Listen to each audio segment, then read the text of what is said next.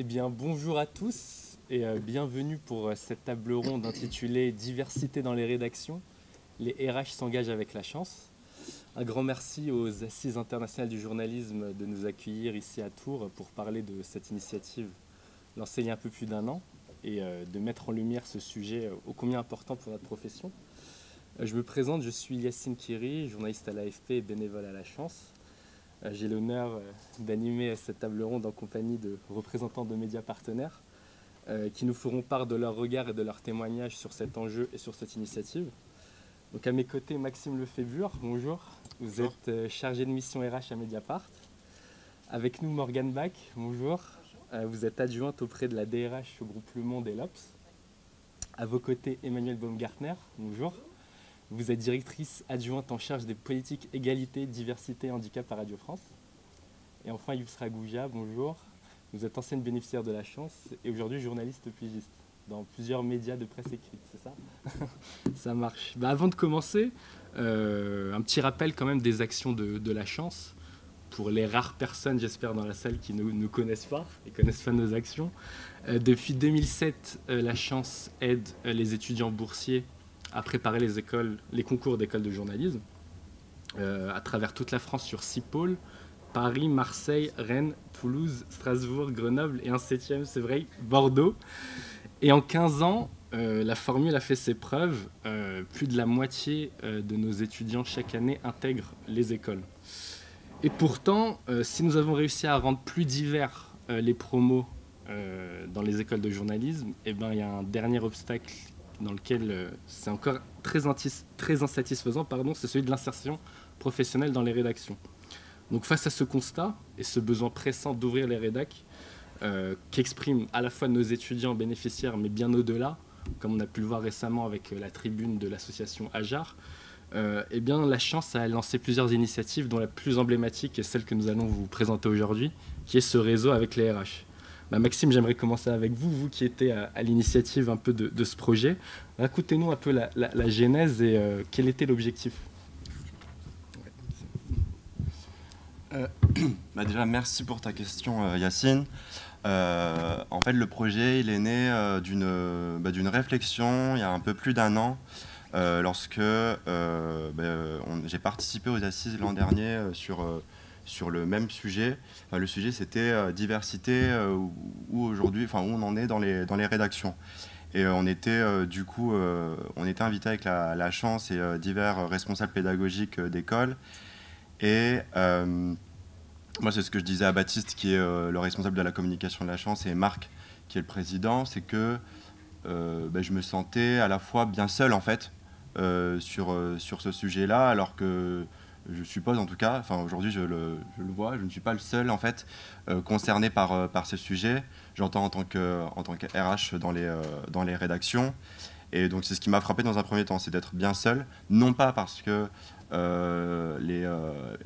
Emmanuel et Morgane ne voulaient pas être là, mais parce que il y avait peut-être pas un manque de volonté, mais il fallait trouver des solidarités, donc créer un groupe pour tout simplement se parler de nos difficultés dans nos rédactions, se dire ce qui se passait, ce qui était moins reluisant en tout cas, et comment agir, qu'est-ce qu'on faisait déjà, puisque c'est ce qu'on va aussi vous dire aujourd'hui, qu'est-ce qu'on fait aujourd'hui au sein des rédactions pour faire avancer les choses.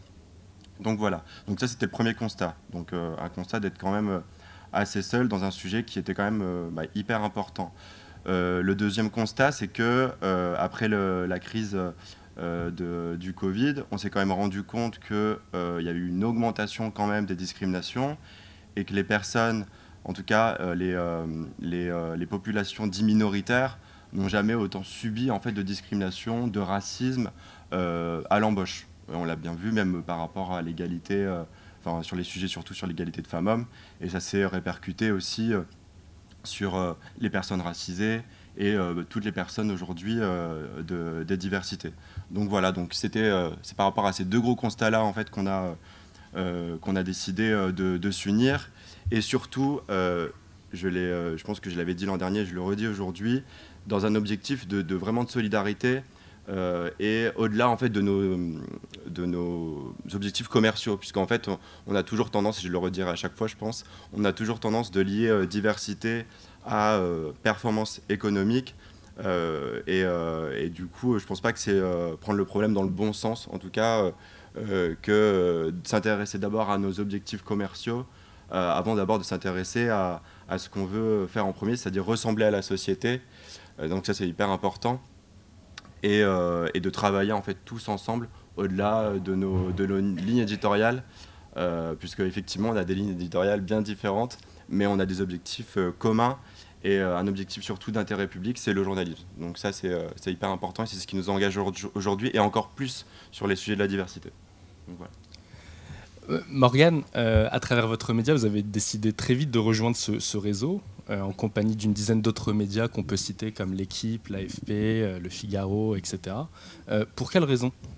Pourquoi avoir rejoint La Chance? Ce réseau, effectivement. Ouais, La Chance, en fait, c'est une association qui avait, dont l'objectif, en fait, de nous permettre d'atteindre, de travailler davantage sur la diversité, en fait, des profils, pour pouvoir en fait recruter des profils qui viennent d'ailleurs et avec d'autres expériences. Et en fait, le travail réalisé par La Chance permet de nous mettre en contact plus facilement en fait avec des candidats qui n'atteignaient pas nécessairement en fait les chefs de service qui recrutaient. Et donc de travailler avec La Chance en direct sur des actions, sur du travail sur des profils, rencontrer des gens comme j'ai rencontré Maxime en fait ou Emmanuel, c'était l'objectif en fait. Donc voilà, c'est donc aussi de soutenir La Chance dans ses actions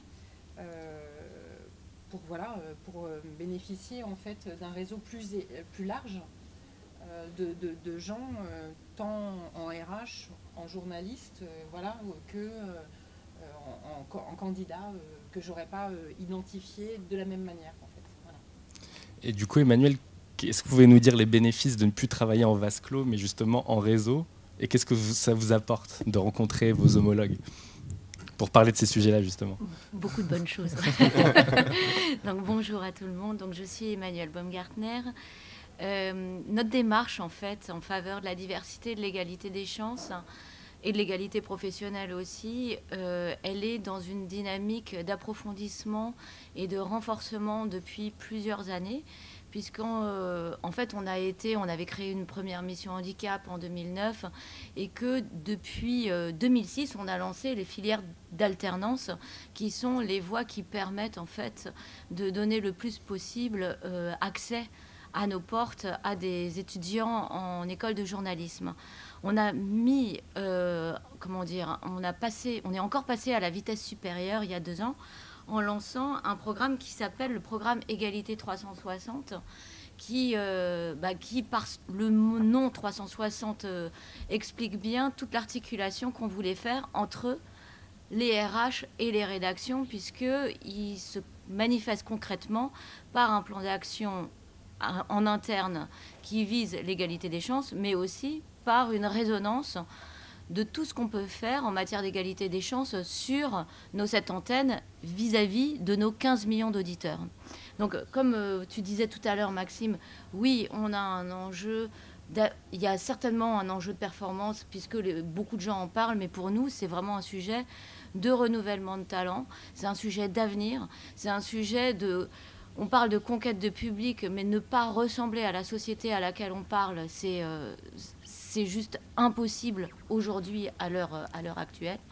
Et surtout, pourquoi on s'est associé avec La Chance? Ça fait longtemps qu'on travaille avec La Chance, mais le fait de pouvoir travailler en réseau de cette façon, ça nous permet aussi d'échanger sur nos contraintes et nos difficultés au quotidien, parce qu'on est tous pleins de bonnes intentions, on a beaucoup avancé à travers l'alternance, à travers tous les dispositifs nouveaux qu'on essaye de mettre en place pour accueillir et pour ouvrir le plus largement possible nos portes. Mais on se retrouve aussi confronté et on en a encore parlé toute la soirée hier soir. Dès qu'on se voit, on parle aussi de ça. C'est qu'on essaye aussi ensemble de trouver les leviers et tout ce qui pourrait permettre de résoudre les obstacles, que ce soit en termes d'intégration, que ce soit aussi en termes de nombre de personnes qu'on peut accueillir, en termes de possibilités d'accompagnement, de parcours, de perspectives, parce que c'est pas tout d'accueillir des gens, c'est que après il faut les garder.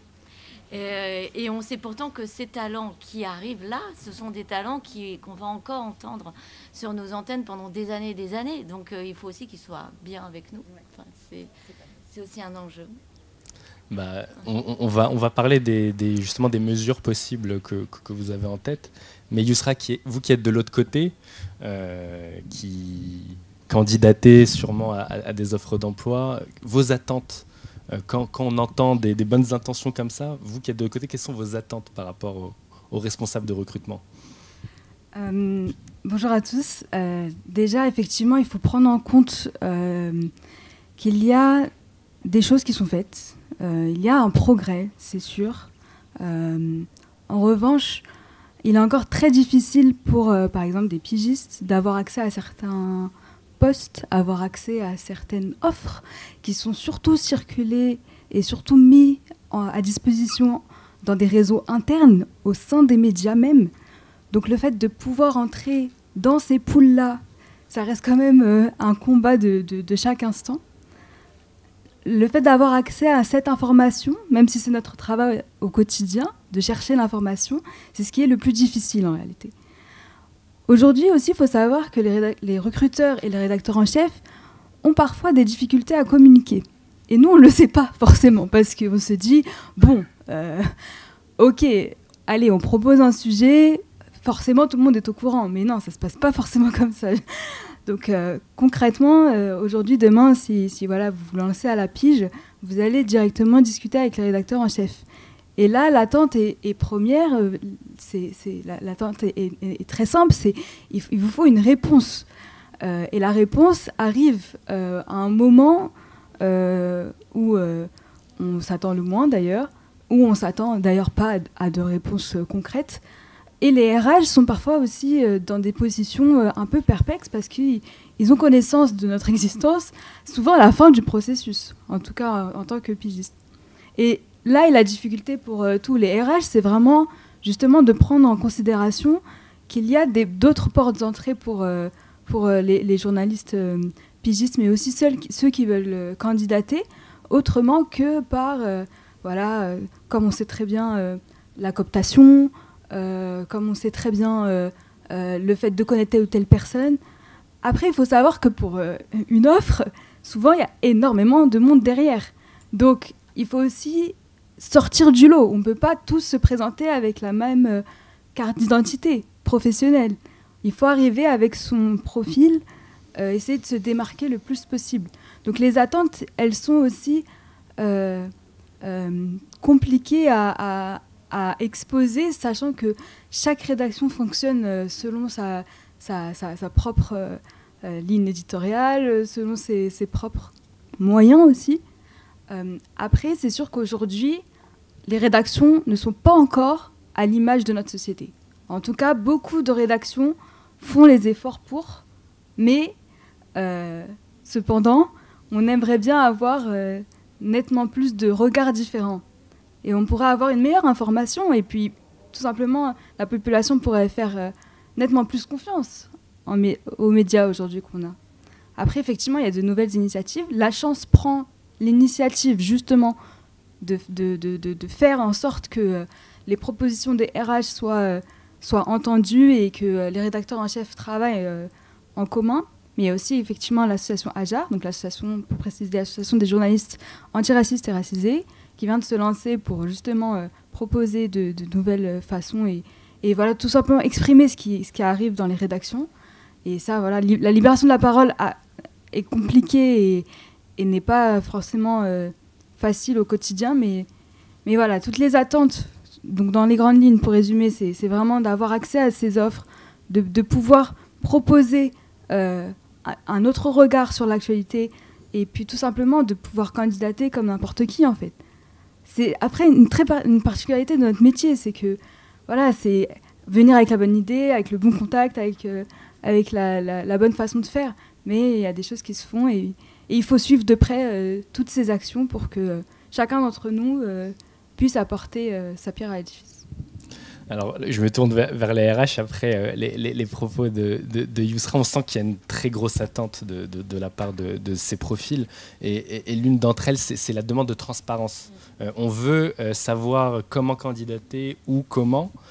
Et ben Maxime, est-ce que vous pouvez nous expliquer pour les publics non avertis et même les journalistes, comment ça marche en fait le recrutement ? C'est quoi le processus ? Est-ce qu'on peut démystifier un petit peu ou expliquer ? En fait, au niveau des processus de recrutement, par exemple, pour ce qui concerne la rédaction du journal de Mediapart, je l'avais dit l'an dernier, mais je le redis aujourd'hui, c'est que quand je suis arrivé il y a un peu plus de 3 ans, il n'y avait pas de processus, on va dire... il y avait un processus de recrutement, mais qui n'était pas forcément transparent, mais parce qu'il n'y avait pas non plus des personnes attitrées aux ressources humaines pour s'occuper tout simplement des process. Et ce qu'on a fait, c'est qu'on a avancé petit à petit avec les directeurs et les directrices de rédaction, notamment pour publier les offres, puisqu'en fait c'est ce qui était notamment mentionné dans une des interviews d'une personne qui est membre de l'AJA racisé, notamment ce gros sujet, et Yousra le mentionnait aussi, c'est tout par-delà en fait, le sujet de la transparence, c'est aussi le sujet de la publicité des offres. Comment en fait on se fait connaître et comment on fait connaître qu'on recherche aujourd'hui un ou une journaliste. Donc en fait on est parti déjà de ce constat au journal qu'il fallait les publier, et après aussi comment encadrer le processus, puisqu'en fait dites-vous bien que quand on publie une offre, et ça c'est nos réalités, on n'a pas 2 candidats ou candidates qui postulent, on a des centaines et des centaines de personnes qui postulent, qui ont de réelles attentes en termes de réponse aussi, d'accompagnement. Pourquoi les personnes ne seront pas embauchées, au prix dans le processus, etc.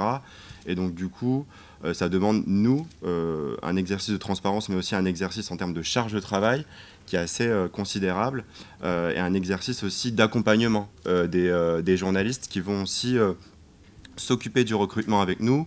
Donc comment on va les former aussi aux pratiques antidiscriminatoires pendant les processus de recrutement, comment on va faire en sorte de ne pas léser telle ou telle personne, comment on va faire en sorte d'avoir les mêmes temps de parole en fait pour chaque candidat et chaque candidate, et que tout le monde ne soit pas, tout le monde ait un processus, on va dire, égalitaire du début jusqu'à la fin.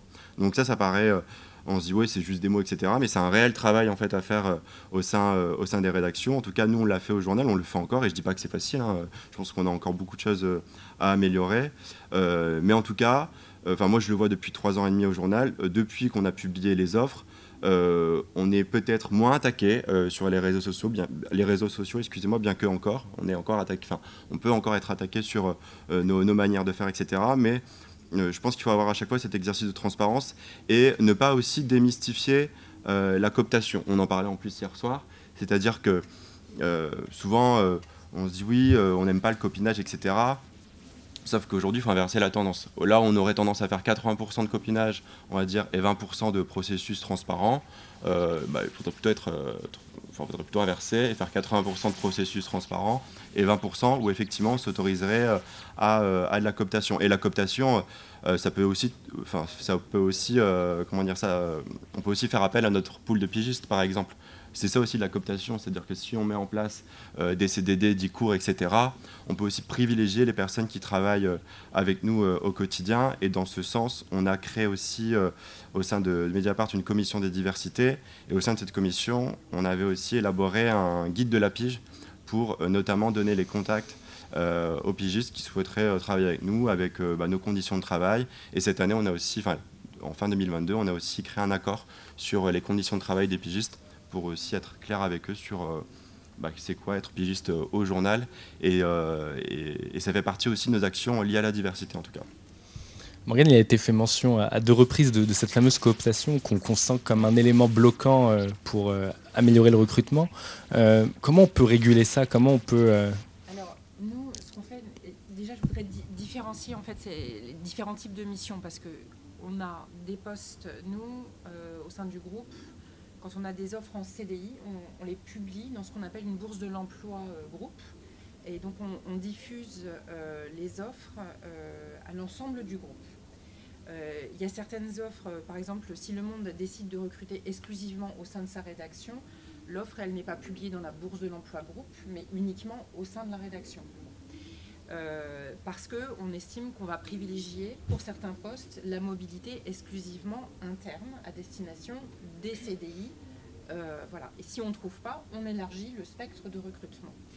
Il s'avère donc on ne publie aujourd'hui que les offres en CDI. Effectivement, ne sont pas publiées systématiquement les offres en CDD. Pourquoi? Parce que effectivement, les gens qui sont déjà en CDD chez nous, voire en pige, font partie de ce que vous appelez le réseau, hein, de ce qu'on appelle le réseau. Et donc, en fait, ça et là, des liens se sont préalablement tissés.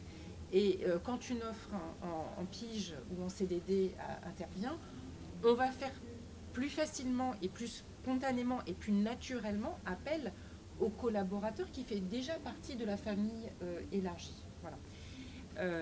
Donc, le fait est, c'est qu'effectivement, par rapport au manque de transparence qu'on peut nous assigner et que je comprends parfaitement, on a rarement des offres qui sont publiées en extérieur. Néanmoins, il s'avère que, compte tenu de l'évolution des métiers, avec des spécialisations qui sont demandées, certains de nos magazines, et je pense à Télérama, voilà, on publie nos offres sur LinkedIn. Là, il y a bientôt en fait un site sur la chance et on va s'en servir. Et on est amené, parce qu'on ne trouve pas dans le réseau des offres à l'extérieur en fait, pour pouvoir avoir d'autres candidatures. Voilà. Mais c'est vrai que la famille dans laquelle nous sommes de CDD et de pige est tellement déjà importante que ça se suffit en fait. Enfin, voilà, du point de vue des journalistes qui recrutent, ça suffit déjà. Donc, et par ailleurs, pour les piges, et c'est vrai que je me tourne vers Yousra, ce qui est compliqué, c'est que la pige, on ne va pas la recruter. La pige, c'est parce que en fait, le pigiste propose un sujet qu'on n'avait pas imaginé, que le papier va se faire.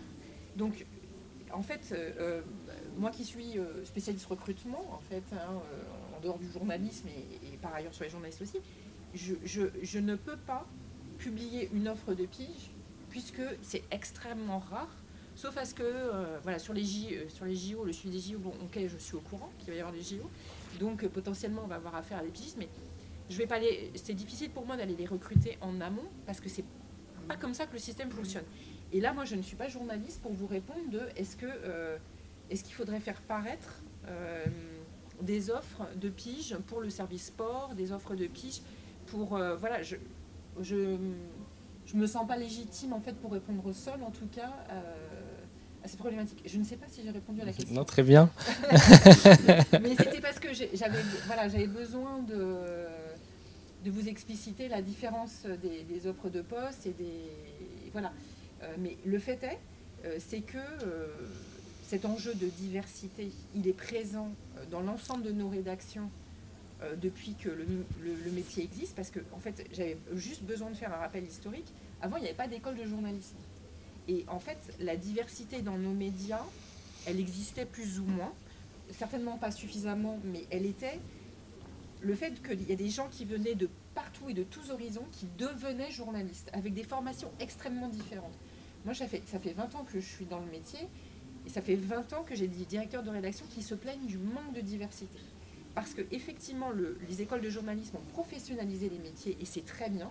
Néanmoins, en fait, ça a harmonisé, je ne dis pas uniformisé, mais harmonisé les formations des journalistes. Et le fait est, c'est que, effectivement, ça a tendance à harmoniser, voire uniformiser les angles des sujets qui sont traités, voire ne pas traiter de certains sujets comme tu le disais. Et voilà, et donc c'est les écueils aussi qu'on rencontre, les limites de la professionnalisation du métier. Et la diversité, au-delà de la diversité racisée, handicap, sociale, etc., c'est aussi la diversité de nos profils. Parce que aussi, c'est pour pouvoir participer à la démocratie dans nos pages, dans nos lignes et traiter de tous les sujets, on a besoin de profils différents en fait dans nos rédacs. Voilà, c'était ça que je voulais préciser. Effectivement, et en même temps, il y a le côté pile que à laquelle vous faites référence, c'est l'harmonisation des formations, des profils, etc. Mais en même temps, il n'y a jamais eu un pool de talents aussi divers, aussi formés, aussi disponibles. Et du coup, Emmanuel, est-ce que si on poursuit cet effort de pédagogie sur les process de recrutement, le RH, il a quel pouvoir réellement ? On dit qu'il a la main sur l'apprentissage, sur les stages, mais pas forcément sur le recrutement. Ce sont plus les chefs de service, les rédac chefs qui ont le dernier mot. Est-ce que vous pouvez nous éclairer un peu sur ce point ? Alors, la fonction RH, bon, je vais parler pour Radio France. Hein. Elle s'est évidemment. Parce que elle s'est construite au fur et à mesure et elle commence grâce à l'action conjointe qui est menée avec le secrétariat général à l'information chez nous et le secrétaire général aux rédactions, qui fait partie de la DRH. Elle commence à intégrer les process de recrutement dès en amont et dès le besoin exprimé par la rédaction. Ça, c'est quelque chose sur lequel, qui est un mouvement de fond, sur lequel les RH ont travaillé depuis très longtemps. C'est vrai qu'on dit souvent, et on a souvent eu tendance à considérer que les RH couraient un peu après le tempo de l'actualité, particulièrement en radio, où il faut aller très très vite, où le besoin peut être très très imminent, et toujours avec des RH qui étaient là uniquement pour boucler les contrats et s'occuper des fiches de paye. La tendance est en train de s'équilibrer. Je dis pas, et alors en termes de comment se passe le processus de recrutement, je vais parler pour l'alternance notamment. L'alternance, on a un jury, enfin pour les alternants, donc on travaille avec les 14 écoles de journalisme qui sont reconnues par la profession. Nos rythmes d'alternance, ils sont sur 2 ans. Donc du coup, on travaille avec 8 de ces 14 écoles qui proposent des rythmes d'alternance sur 2 ans. On prend 15 alternants par an sur 2 ans. Donc ça nous fait toujours un pool d'une trentaine d'alternants qu'on est en train de former chaque année. Déjà, il faut savoir que sur ces alternants, on demande aux écoles de travailler avec des jeunes qui sont issus de critères sociaux, des jeunes boursiers. Donc 12 des 15 qu'on recrute par an sont des étudiants qui sont recrutés sur critères sociaux, qui sont boursiers. Ça ne garantit pas forcément aussi qu'on ait une diversité complète, mais moi je pense vraiment aussi que la diversité vient aussi des origines sociales. Et pour être choisi, en fait, il y a un jury, et le jury est composé de rédacteurs en chef de nos locales et de RH et du secrétaire général à l'information. Donc on peut dire en fait qu'on a un jury qui est assez équilibré, et je dirais que la première marque de transparence et d'équité qu'on doit à nos candidats, c'est dans ce jury, dans la composition de ce jury. On fait attention aussi à l'équilibre femmes-hommes dans la mesure où c'est possible, où on a des rédac chefs, parce qu'on a beaucoup aussi travaillé en interne aussi sur la représentation des femmes et des hommes. Mais je dirais que c'est la première des choses, et je pense, là je ne suis pas non plus journaliste, mais je pense que la voix de chacun est respectée dans ce domaine. Alors ce qu'on a initié avec la chance depuis l'année dernière, c'est que par rapport à ces 15 alternants qu'on recrute chaque année, on a signé un accord avec la chance justement pour prendre chaque année 2 jeunes hors école. Donc pour se donner cette possibilité qui existait dans le passé jusqu'à la professionnalisation. Les écoles sont formidables, hein. L'idée, c'est pas du tout de dire c'est pas bien de travailler avec les écoles. On est ravis et ça nous fait des profils formidables qui sont hyper structurés et extrêmement professionnels dès le démarrage et dès la sortie d'école. Néanmoins, ça nous a aussi coupé d'une certaine façon avec tout ce vivier qu'on peut trouver dans la société. Notamment, on y travaille beaucoup aussi qui est très présent dans les radios associatives, qui s'est fait aussi un peu sur le tas, je dirais. Voilà. Et c'est ce qu'on voudrait retrouver, et c'est ce que nous permet la chance avec ces 2 jeunes parents. Alors vous allez me dire, 2 parents, vous y irez loin, mais enfin, néanmoins, 2 plus 2 plus 2 plus 2, ça va nous faire une petite promo à terme. Et en plus de ça, ça nous permet d'ouvrir la voie aussi, de donner des idées à d'autres. Ça nous permet aussi d'insuffler cette culture de la diversité qu'on voudrait insuffler dans nos rédactions. On a des rédactions qui sont quand même très volontaires et qui ont très envie d'y aller. Il faut qu'on leur prouve que ça marche. Donc il ne faut pas non plus, on n'essaye pas de faire du chiffre, on essaye de faire de l'efficace et du durable. Donc en fait le fait d'en avoir 2, ça demande aussi un accompagnement, il ne faut pas se leurrer, ce n'est pas toujours simple, mais les retours sont extrêmement bons là des 2 qui sont rentrés chez nous de cette façon l'année dernière. Ils sont très suivis, on a des retours, enfin le secrétariat général aux rédactions, donc RH, les suit vraiment super bien et fait des retours et a des retours à la fois d'eux et des rédac chefs. Donc l'idée c'est surtout pas de se dire bon ben voilà d'avoir coché la case diversité en se disant on a travaillé avec la chance, c'est bon, passons à la suite. C'est vraiment d'essayer de voir comment on peut améliorer en permanence le système. Surtout pas de social washing. Hein. Voilà, surtout pas. Surtout pas. Et je dirais que par rapport à cette question de la diversité et aussi ce qui transparaissait aussi un peu dans la tribune de la JAR la semaine dernière, c'est qu'effectivement, il y a beaucoup de sujets qui sont abordés dans cette tribune, notamment les questions de la couleur de peau, des actes de racisme qui soient insidieux ou qui soient très violents. Mais il y a aussi une question sociale, et c'est celle que toi aussi tu soulèves aussi, c'est la question de la précarité qu'on peut ressentir quand on est pigiste ou quand... et nous, on le voit bien aussi parce qu'on y travaille aussi sur nos journalistes au planning pour essayer de réduire cette précarité qui donne aussi, qui renforce ce sentiment à la fois d'inéquité dans le process, de manque d'authenticité aussi et de transparence dans la publication des offres, alors que finalement c'est tout un système qui essaye de s'améliorer au quotidien. Mais justement, si on enchaîne avec le sujet de la précarité, Yousra, malheureusement il y a des offres mais très peu d'élus, c'est un marché du travail très compétitif. Quand on n'est pas reçu à une offre, quand on postule, quand c'est refusé, est-ce que les retours des RH, des équipes sont satisfaisants selon vous? Est-ce que voilà, il y a un retour, il y a un dialogue qui s'instaure malgré tout, ou on peut s'améliorer dans ce domaine? Eh bien, vous recevez un mail automatique qui vous dit clairement que il y a eu beaucoup de candidatures, mais que votre candidature n'est pas acceptée ou reçue. Donc, le fait d'avoir une réponse, c'est normalement par courtoisie ce que doivent faire les RH. Mais par manque de temps, ils ne le font pas forcément. Les rédacteurs en chef sont beaucoup plus réceptifs. Donc quand on leur propose des idées de sujets, ils peuvent nous répondre non, ça ne nous intéresse pas. Ou bien non, on passera cette fois-ci. Ou bien merci de votre proposition, mais là, on a déjà traité le sujet, etc.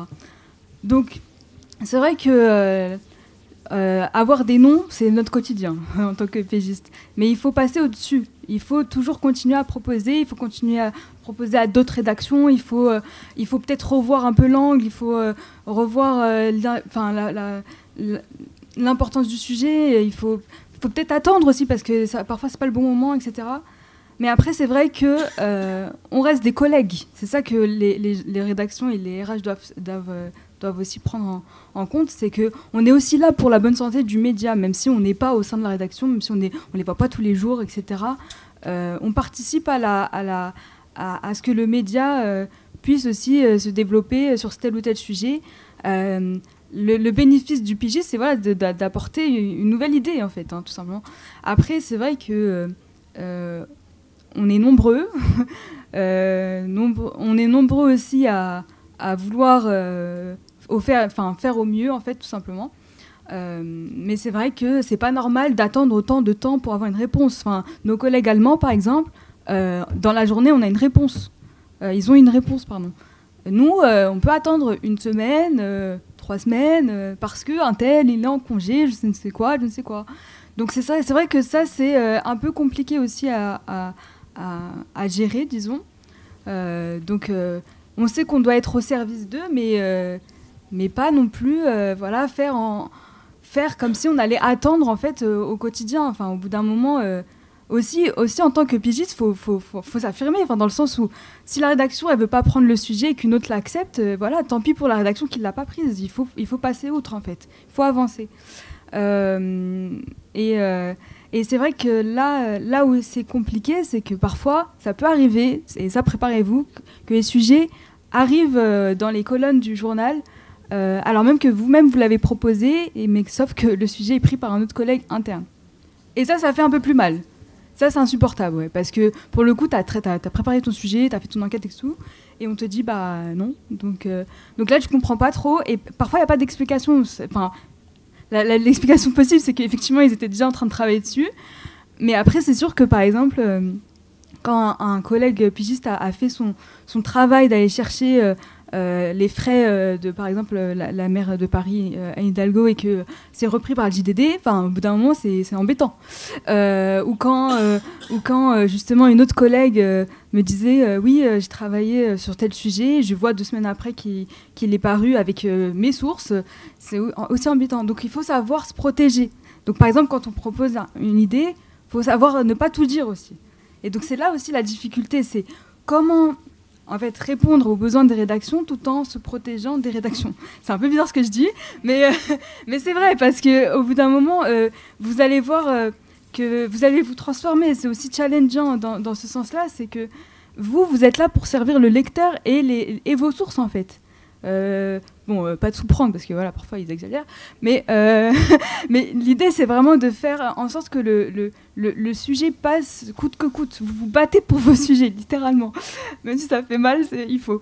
Donc voilà, je termine juste sur ce point-là. C'est pas évident. Les RH, voilà, ce serait vraiment bien qu'ils soient par exemple mis en copie, juste par exemple d'une proposition, comme ça ils voient que la proposition elle est arrivée, ils peuvent vérifier si justement ça a été fait ou pas, pour pas que le rédacteur en chef se dise voilà, je suis tout seul à traiter les demandes. Donc ça ce serait aussi bien. Par exemple, il y a un média où je vais pas citer parce que voilà, ça peut arriver dans d'autres médias, où voilà, ils ont des journalistes qui récupèrent toutes les propositions des pigistes et qui les proposent en conférence de rédaction. Donc il y a vraiment des journalistes attitrés piges, quoi, entre guillemets. Donc là, c'est vraiment un autre système à mettre en place au sein des rédactions, parce que, encore une fois, on est tous là pour servir l'information et pour faire en sorte que le lecteur puisse avoir la meilleure qualité possible. Mais il faut qu'on travaille ensemble. On ne peut pas dire à lui il est pigiste, à lui il est CDIsé, à lui c'est un RH, il n'est jamais là, à lui il est en congé tout le temps, à lui il utilise son arrêt maladie pour faire autre chose sur Twitter. Bref, ça arrive. Donc voilà, il faut prendre en compte tous ces aspects-là pour que en fait, tout le monde soit à l'équilibre, même si évidemment il y a des avantages et des inconvénients, mais sinon les pigistes ils vont devoir pour la plupart changer de métier parce qu'ils n'ont jamais de réponse. Donc voilà, juste par politesse et par honnêteté intellectuelle, répondre. Voilà. Il y a pas mal de propositions qui se dégagent à travers les propos de Yousra. Avant d'ouvrir le débat au public, faire un premier éventail des mesures que dans votre réseau, des mesures qui se dégagent, que vous aimeriez mettre en place, un guide de bonne pratique, des propositions concrètes. Qu'est-ce qui pourrait être mis en place très rapidement à travers vos discussions dans ce réseau ? En fait, on a eu une réunion, pour dire les choses, il y a à peu près 1 mois et demi, je pense, mi-février, avec tous les RH qui composent en fait le groupe. Où dans un premier temps, on avait cadré la réunion sur 2 parties. Dans un premier temps, c'était de se dire les choses, c'était de raconter notre quotidien et les limites de nos actions, nos difficultés, nos réussites aussi. Et dans un second temps, commencer à débattre ensemble sur qu'est-ce qu'on allait faire en fait avec ce groupe. À quoi il servait, est-ce qu'on allait sortir une énième charte qui allait passer dans le métaverse et qu'est-ce qu'on allait faire. Non mais très sérieusement. Et en fait, ce qui s'est décidé, c'est de choisir des actions concrètes. On a notamment parlé de la publicité des offres, mais pas que. On a notamment parlé de l'alternance. Et moi, je vais donner un exemple tout récent, et je vais prendre l'exemple de Morgane qui a servi pour le coup au journal. Notamment sur la formation des managers. En fait, Morgane pourra le dire aussi, dispense au monde, en tout cas, une formation sur l'antidiscrimination à l'embauche et notamment aussi les biais inconscients pendant le recrutement. Et c'est tout bête, je suis reparti avec cette idée-là dans ma besace. Et on met ça en place aussi là au journal dans quelques semaines. Donc l'idée, c'est d'avoir des pratiques, pas nombreuses, mais en tout cas claires et non pas que symboliques, mais fortes, sur qu'est-ce qu'on publie comme offre, qu'est-ce qu'on fait aussi de nos stagiaires, qu'est-ce qu'on fait aussi de nos alternants et de nos alternances, de nos alternants et de nos alternantes, excusez-moi. Comment on essaye aussi de comptabiliser la diversité, puisque ça c'est un vrai sujet aussi, on est assez démunis l'action publique par rapport à ça. Je le disais l'an dernier, mais on avait un premier rapport sous l'ancien gouvernement avec Elisabeth Moreno sur un index diversité on avait cru voir le jour, en tout cas fin 2021, si je ne me trompe pas. Depuis, on n'a pas trop de nouvelles. Donc, on essaie de se débrouiller entre nous pour pouvoir aussi tirer des constats. Puisqu'on je le redis encore, hein, mais par exemple, sur l'égalité femmes-hommes, ça marche très très bien. Il n'y a qu'en tirant des constats et des données chiffrées qu'on peut avancer. Et c'est aussi sur ça qu'on essaye de travailler ensemble avec le groupe RH. C'est-à-dire comment aujourd'hui on compte la diversité. Donc, moi, j'ai pas du tout... je suis très à l'aise en tout cas avec les données statistiques par rapport à la diversité. J'ai pas de mal avec ça, alors que certains ne veulent pas, de peur de nommer les problèmes, de les comptabiliser. Mais c'est en les nommant qu'on peut encore mieux les traiter, quoi. Donc voilà, mais je vais laisser Morgane et Emmanuel compléter. Oui, sur ce partage de bonnes pratiques, c'est un bon cas. C'est ce qu'on s'est dit quand on s'est retrouvés, c'est qu'avant d'aller effectivement faire une charte ou quoi que ce soit, on s'est dit qu'on allait recenser l'ensemble des choses déjà qu'on avait mises en place dans nos différentes rédacs. Parce que le fait est, c'est que de pouvoir déjà se dire qu'il y a des actions qu'on a mis en œuvre les uns les autres et qui fonctionnent, c'était pas mal déjà de se dire, ça marche, on s'en parle. Et puis après, du coup, de pouvoir développer ces mêmes pratiques, de les partager. Donc en fait, il y a différents moyens. Parce que le fait est, c'est qu'il faut sensibiliser et former les journalistes aussi. C'est-à-dire qu'ils sont les premiers. En fait, vous qui êtes en face, là, futurs journalistes, pour certains, ce qui est important, c'est de vous donner des clés et de formation pour savoir recruter sans discriminer aussi. Parce que si vous sentez victime aujourd'hui de discrimination, etc., c'est vrai qu'il faut sensibiliser à ce que c'est que le recrutement. Et moi j'ai des chefs de service et des responsables qui sont génialissimes en fait, hein, ils sont extraordinaires. En recrutement, ils sont nuls. Ils sont nuls. Pourquoi ? Parce qu'effectivement, ils n'ont appris que le réseau et qui leur sert bien. Et voilà. Après, recruter sans discriminer, c'est une obligation, Maxime, légale en fait. Ouais. C'est une obligation légale. Donc, nous, on a effectivement, dans l'objectif, on forme les managers qui recrutent à recruter sans discriminer. Ça fait partie du programme de formation des managers, journalistes ou pas. C'est une obligation. Mais en fait, les journalistes, pendant des années, ne se sont pas sentis concernés par ces problématiques-là. Donc effectivement, on les accompagne.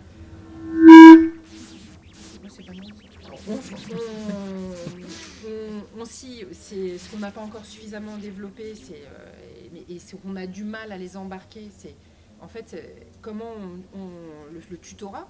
On prend un alternant, on a une politique d'alternant, on est sur une quarantaine d'alternants au niveau du groupe. Bah oui, mais ça s'accompagne un alternant. Oui, ça s'accompagne, ça prend du temps. Il faut être présent. Donc quand tu es en reportage ou machin, en fait non, en fait tu as un alternant, il faut t'en occuper. Et donc, pardon, mais voilà, les journalistes, ils ont été habitués pour eux-mêmes à être basculés sur le terrain. Vas-y, hop, boum, tu vas voir, tu sautes dans la piscine, tu vas apprendre à nager. Et c'est vrai que c'est ces formations-là qui ont été dispensées par le passé. Et donc, les chefs de service estiment que eux, ils y sont passés. Donc, en fait, le nouveau, il doit y passer. Oui, mais non, en fait. Maintenant, on a évolué. Donc, en fait, ça s'accompagne, etc. etc. Donc, ça, c'est aussi des choses qu'on essaye de mettre en place. On a essayé de proposer le mentorat. C'est encore plus compliqué. Mais voilà, donc nous, on pousse les idées. Donc, effectivement, il y a d'autres leviers, comme le fait Radio France, sur le contrat d'alternance. Parce que c'est là où nous, RH, on a la main. Ouais, et ouais, c'est vrai, on n'a pas la main sur le recrutement. Non, on n'a pas la main. On va donner un avis. Quand on nous demande notre avis, on se sent hyper content. Mais effectivement, les contrats d'alternance, c'est là, à la RH, où on s'est dit qu'on avait la main. Donc on propose des profils. Mais c'est déjà, pour les chefs de service, c'est mon Dieu, quoi. Vous proposez des profils, comment la RH propose des profils? Bah oui, en fait, en vrai, moi je suis recruteuse et ça me pose aucun problème pour recruter pour les fonctions transverses.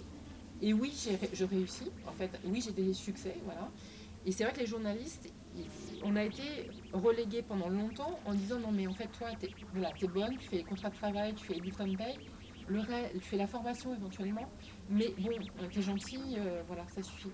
Mais là, voilà, donc on pousse, ça y est, on pousse les portes, on accompagne, et en fait, les journalistes se rendent compte qu'on a une expertise sur laquelle s'appuyer.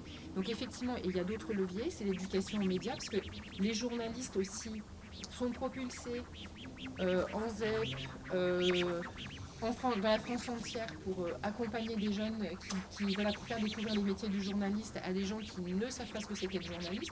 Donc ils se rendent bien compte que leurs futurs lecteurs qui sont en face, bah, voilà, il faut les sensibiliser et donc ça les sensibilise aussi à la diversité. Et c'est par ce biais-là aussi qu'on œuvre voilà, sur l'accueil des stagiaires, qui sont issus de la diversité aussi, et c'est ce qu'on fait. Enfin, on a tout un tas d'actions voilà, qu'on met en œuvre au quotidien, et notamment la formation de nos managers. Et on est en train là de lancer des formations sur la diversité. Bah, c'est une bonne piste de développement. Et effectivement, le réseau a à peine un an. Qu'est-ce qu'on peut lui souhaiter, Emmanuel, qu'il s'élargisse, qu'il s'agrandisse, que des rédacteurs en chef l'intègrent? Oui, et puis qu'ils se traduisent surtout par des actions concrètes. C'est pas tout de créer un réseau, on est super content de se voir. Mais à côté de ça, il faut qu'on réussisse à prouver aussi par des petites actions, parce que on est vraiment convaincus que Rome s'est pas fait en un jour. Nous aussi, on va pas révolutionner tout, faire progresser la diversité d'un coup. Comme on le voudrait, mais on sait que chaque étape nous fait grandir collectivement. Je pense qu'on a plusieurs pistes d'action. On a tout le travail qu'on mène avec les écoles et qu'on mène très très bien, parce que je pense qu'on a un gros travail aussi de poursuite de la sensibilisation des écoles qui sont déjà convaincues, qui ont déjà beaucoup travaillé sur l'accès à leurs portes à des jeunes sur critères sociaux. Continuons, et pour travailler notamment sur la différence, sur la diversité sociale, des cultures géographiques, tout ce qui... Parce que déjà être capable même de se faire une idée commune de ce que revêt ce terme diversité, c'est pas facile, parce qu'on parle aussi de donner accès à des écoles, à des jeunes qui viennent non seulement sans réseau, mais des territoires qui sont pas forcément ceux où il y avait des écoles, où ils ont été accompagnés dès le collège ou dès le lycée. C'est pas si facile. Donc il y a ce travail qu'on voudrait poursuivre. Il y a la preuve de notre utilité, donc il y a cette question de la mesure. Nous, on y croit beaucoup, on y travaille d'ailleurs, et je pense qu'on va pouvoir utiliser ce réseau La Chance pour partager aussi avec tout le monde tous les travaux qu'on est en train de mener sur la mesure, parce que maintenant, on a des outils qui nous permettent de mesurer sur le principe du volontariat, et évidemment avec toute la réserve et tout le contrôle que peuvent apporter la CNIL, la Défenseure des droits. Mais il y a des solutions qui existent, et on est en train de les creuser, notamment avec Mosaïque RH, mais il y a aussi des cabinets de sociologues qui travaillent sur ces questions. Donc on va pousser le sujet, et on partagera avec le réseau justement nos expérimentations qu'on voudrait lancer sur la filière journaliste, justement. Je pense il y a un travail qu'on a mené, par exemple, je fais le pendant avec la tribune, qu'on retrouve d'ailleurs en fil rouge dans la tribune, qui est tout le travail qui avait été mené sur le sexisme quand il y a eu la question du MeToo, et il y a ce travail de long terme qu'on voudrait mener sur les stéréotypes, et je pense que les stéréotypes, sur la question du sexisme comme sur la question du racisme, on en revient au même sujet. Tu le disais à très juste titre, il faut aller dans les rédactions, c'est dans les écoles. Le racisme prend différentes formes, il y a du racisme avéré, extrêmement violent, celui qui est évoqué dans la tribune, mais il y a aussi les petits actes, les petites phrases au quotidien, et tout ça, en fait, c'est tout l'écosystème qui doit s'y mettre. C'est pas il y a nous, mais il y a aussi tout ce qui est induit dans les écoles, et ce que dit aussi très bien la tribune, hein, ça existe partout. Et donc ça, c'est un travail que on va mener au sein de Radio France et qu'on voudrait justement élargir, notamment à toutes nos filières de journalisme, mais ça concerne aussi toutes nos fonctions, hein, et pas que les fonctions journalistes, et qu'on va partager dans le réseau.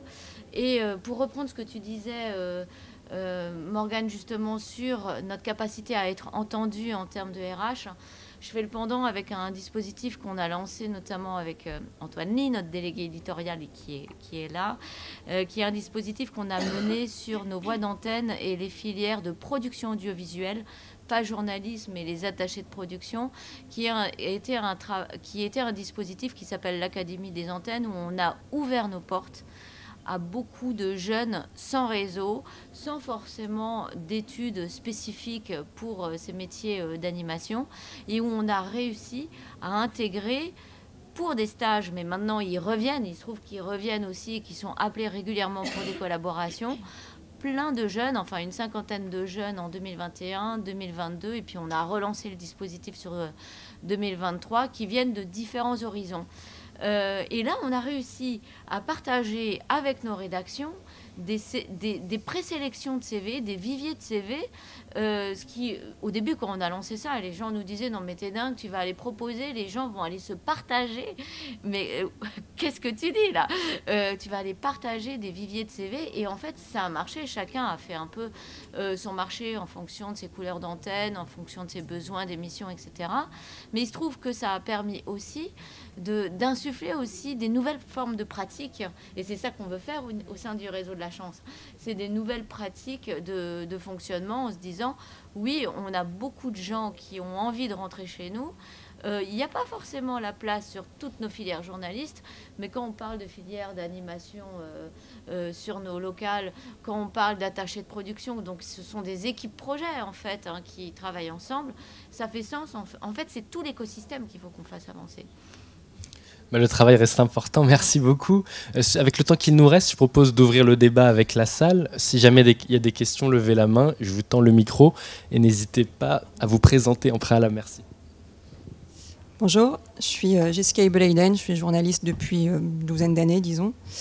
Alors, je pense que depuis que je suis entrée sur le marché du travail, effectivement, il y a eu énormément de progrès. La chance, c'est effectivement une chance, c'est formidable ce qui est fait, mais par expérience, il reste un angle mort selon moi, parce qu'il reste quand même des personnes qui font partie de la classe ouvrière, qui n'ont pas accès aux bourses pour diverses raisons, donc qui ne rentrent pas dans les critères sociaux, qui ne peuvent pas accéder à la chance, et donc qui passent complètement à côté de tout ce que vous dites. Et donc pour qui la difficulté, c'est en gros la double peine, puisqu'on n'a pas de réseau, et on n'a pas sur le CV le fait d'avoir participé à la chance. Donc on est obligé, on passe par les mêmes difficultés, mais il faut qu'on s'acharne encore plus. Ouais. Je me plains pas, j'ai réussi, je suis très contente de ma situation, mais je sais que ça a été très difficile. Je sais que ça l'est encore pour certains. Comment est-ce que vous travaillez justement à cet angle mort ?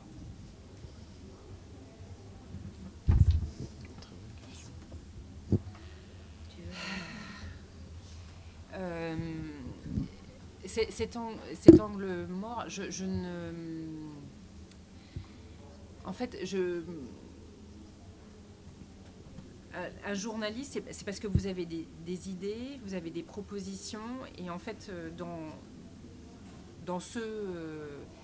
c'est d'arriver en fait à rentrer en contact avec le journaliste du quotidien ou du magazine dont vous vous sentez en fait le plus proche pour pouvoir rentrer en contact avec lui. C'est compliqué, mais en fait, dans la ténacité dont tu parlais, Yousra, c'est ce que j'ai pu dire à des jeunes aspirants journalistes. Je leur ai dit, il ne s'agit pas simplement que d'être le meilleur, il s'agit d'avoir chevillé au corps une ténacité pour pouvoir en fait rentrer en contact. Et c'est ce que je dis au téléphone avec des jeunes gens qui disaient pourquoi pas moi. Et je leur disais il faut en fait avoir cette ténacité pour rentrer en contact avec le journaliste que vous admirez, voire avec l'assistante, voire avec voilà. C'est ce que décrivait Yousra. Et nos journalistes, et je le pense, sont très sensibles, très sensibles à la ténacité qui anime les candidats, au-delà même de c'est le premier de l'EFJ. C'est en fait ce qui émane de la personne dans sa motivation, dans sa ténacité. Ah, tu l'as eu toi aussi celui-là. Oui, écoute-le, c'est intéressant ce qu'il dit. Et ça, en fait, et c'est pour ça que j'adore travailler avec les journalistes, c'est qu'il y a une humanité en fait et qui émane en fait d'eux, et une sensibilité en fait à ce que va transmettre le candidat, en fait, le pigiste. Le père, en fait, comme tu disais, le collègue, et ça, il faut pouvoir le transmettre. Qui dans un mail, j'ai des mails magnifiques de candidature, et ça, honnêtement, nous RH comme nous journalistes, au-delà du CV, il y a les 10 lignes, 50 lignes, évitez les 50 lignes quand même, ça passe. Et moi, je crois que ça passe. Et très, très sincèrement, et Yousra disait, il faut pouvoir se distinguer. Mais quand vous faites le mail qui va bien, en fait, que ce soit au journaliste ou au chef de service, très honnêtement, en fait, ça déclenche un coup de fil. J'y crois. Voilà, moi, j'y crois. Et c'est de la manière de traiter. Je ne sais pas si ça répond à la question, mais... Parce qu'on est obligé, en fait, c'est comme ça que ça marche, et encore plus, justement, que... Et je vais vous dire, parce ça marche... on ne peut pas finalement rentrer dans vos rédactions par, justement, les alternances qui sont... Voilà. Donc, et non, et c'est... que, effectivement, je suis d'accord avec vous, c'est effectivement la ténacité qui paye, c'est effectivement le fait de réussir à accrocher, c'est juste que c'est effectivement encore... C'est déjà difficile. Ça l'est peut-être encore un petit peu plus. Ouais. Mais c'est d'autant plus difficile à accrocher si on est loin de Paris, et si on est loin des réseaux et qu'on manque de confiance en soi, ce qui est tout à fait logique. Voilà. Alors, il y a, nous on a cette chance à Radio France, c'est qu'on a 44 locales. Donc on a tout. Alors ça permet déjà, on a un maillage local qui fait qu'on a un maillage de territoire. Qui fait que, et en plus de ça, dans nos locales, on a toujours, dès que tu passes la porte, tu as une chargée d'accueil qui est là, en fait. Enfin, c'est-à-dire qu'elle est incarnée physiquement. C'est pas une solution. Après, ce qu'on a développé aussi, parce qu'il faut pouvoir passer ce cap d'écrire cette lettre et avoir se dire, je vais tout donner dans ma lettre, c'est qu'on croit beaucoup au dispositif de mentorat. Et d'ailleurs, ça marche énormément, parce que c'est vrai qu'on est sur des métiers, d'engagement, et nos journalistes, comme tous nos salariés, sont très engagés sur des dispositifs, que ce soit Chemin d'avenir, que ce soit Capital Fille, que ce soit Article 1, évidemment La Chance, mais je les compte plus parce qu'on en a énormément. Donc on a développé aussi, on a essayé, nous, RH, justement de donner un coup de pouce à ces dispositifs d'engagement en donnant la possibilité à nos salariés, quels qu'ils soient en CDD ou qu'ils soient en CDI, de s'engager sur leur temps de travail aussi. On leur donne une journée par an sur le temps de travail. Vous allez me dire, c'est pas beaucoup une journée sur le temps de travail, mais quand on le multiplie par 5000, ça fait déjà pas mal aussi.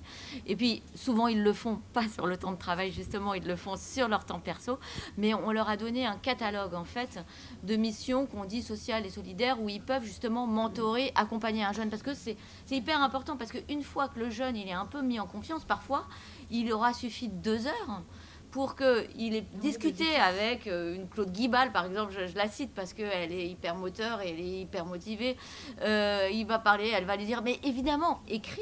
Et donc là, ensuite, il va mettre ses tripes dans sa lettre et puis voilà, le cap sera passé. Mais il y a le petit truc de la confiance qui joue en fait, qui joue beaucoup. Après aussi, je pense que le problème que tu évoques, c'est que au sein des, c'est ce qu'on disait hier soir, c'est qu'au sein des diversités, il y a aussi il y a une sorte de, moi je trouve pas d'une concurrence malsaine, mais nous on a du mal à privilégier, c'est-à-dire que ouais voilà exactement. Et en fait il y a mais je pense qu'il y a un vrai, enfin pas un vrai problème, mais ce qu'il y a, c'est que nous en même temps du côté des ressources humaines, notamment quand on reçoit des candidatures pour les alternants et les alternantes, bah, évidemment que quand je vais en recevoir, je vais garder un œil à ce que il y ait des étudiants et des étudiantes de la chance ou de d'autres associations, etc. Mais pas que. En fait, pour dire les choses, le travail que je fais, c'est que je ne regarde pas du tout les CV. Je ne les regarde pas, en fait. Enfin, je vais les regarder en second temps, juste pour téléphoner à la personne, etc. Mais je lis souvent, très régulièrement même, je ne lis que la lettre de motivation. Je ne lis que ça, puisque je sais très bien qu'à partir du moment où je vais poser mes yeux sur un CV, c'est humain. C'est fini, voilà, c'est terminé. Un CV, c'est des couleurs, c'est des photos, c'est des lieux que je connais, etc. Donc forcément, je vais être biaisé. Et c'est ce que je dis à chaque fois avec les journalistes avec lesquels je travaille pour les recrutements. Et même moi, c'est de m'acharner à faire en sorte qu'il y ait effectivement des étudiants et des étudiantes qui émanent d'associations, etc. Mais pas que. Et de ne pas oublier les personnes qui sont aussi issues de la classe ouvrière, qui rentrent pas en fait dans ces critères sociaux et qui sont bien souvent oubliés parce qu'aujourd'hui on a trop à cœur en fait de privilégier, etc. puisqu'on a souvent aussi mis la diversité sur un sujet d'image aussi. Enfin, on en parlait, l'image c'est important, c'est sûr, ça fait avancer les choses, mais on a trop souvent, et moi je trouve aussi aujourd'hui sur les réseaux sociaux et notamment sur ce réseau qui est LinkedIn, on a trop souvent oublié que la diversité c'était pas qu'une question de couleur aussi, pour dire sincèrement les choses. Et donc exactement, c'est la question des territoires, et donc c'est hyper important. Et je pense qu'il y a qu'en étant dans le détail, clairement, des candidatures, c'est ce que disait Morgane, c'est sur comment on écrit une lettre, comment on écrit un email, etc., qu'on pourra aussi y arriver. Et aussi, de notre côté, qu'en étant à l'écoute et attentive des parcours de chacun et de chacune. Je veux dire, si c'est pour faire un entretien et entendre dire que la personne elle a fait telle école, etc., je dis pas que ça m'intéresse pas. Mais c'est pas selon moi ce que c'est aujourd'hui un ou une journaliste, quoi. Donc différencie de l'école en fait, c'est ça aussi. Donc je sais pas si j'ai répondu à votre question, mais je perçois en tout cas le vrai problème, quoi. Oui, mais pour ça c'est aussi important, je pense, d'en parler pour ceux qui font pas partie, parce que là vous parlez beaucoup de la chance, de critères sociaux, mais il faut pas oublier ceux qui en sont exclus. Bien sûr, oui c'est vrai. Merci pour cette question, on va passer à une deuxième question. Est-ce que vous vous présentez ? Bonjour, je m'appelle Aurore Chailloux, je suis responsable de la filière journalisme à l'École des métiers de l'information, qui forme notamment des personnes en reconversion professionnelle. Et ce qui m'a beaucoup frappée avec la promo de cette année, donc c'est des gens qui ont cette année entre 22 et 56 ans, c'est que beaucoup rêvaient depuis très longtemps d'être journalistes et ont attendu de faire un burn-out, d'être licenciés, pour oser le faire, parce qu'ils se sont dit, en gros, j'ai plus rien à perdre. Mais bon, le boulot que je fais n'a plus de sens, donc autant assumer mes rêves d'enfant et y aller franchement. Et je trouve qu'une des questions que pose la question de la diversité, il y a la question des territoires, il y a la question de toutes les diversités, la question du handicap. Comment faire pour que des personnes qui s'autocensurent, qui se disent il n'y a personne qui me ressemble dans les rédactions, je n'y ai pas ma place, j'ai jamais rencontré un journaliste parce que j'ai pas de réseau. Donc il y a l'éducation aux médias et l'information qui peut être une piste en allant, vous citiez aussi les rencontres entre les journalistes, les écoliers, les lycéens, etc., qui sont extrêmement importantes. Mais c'est de savoir comment faire pour que des personnes qui ne se sentent pas légitimes se sentent davantage encouragées et osent faire le pas, osent contacter le journaliste ou la journaliste qu'ils admirent. Parce que souvent, en fait, on n'arrive même pas à faire ça parce qu'on se dit, mais de toute façon, à Paris, à 852 km de chez moi, jamais je n'aurai une réponse. Ma lettre, mon email va arriver, va être perdu, il n'y a aucune chance. Donc comment faire pour donner le goût d'oser faire ce premier pas ?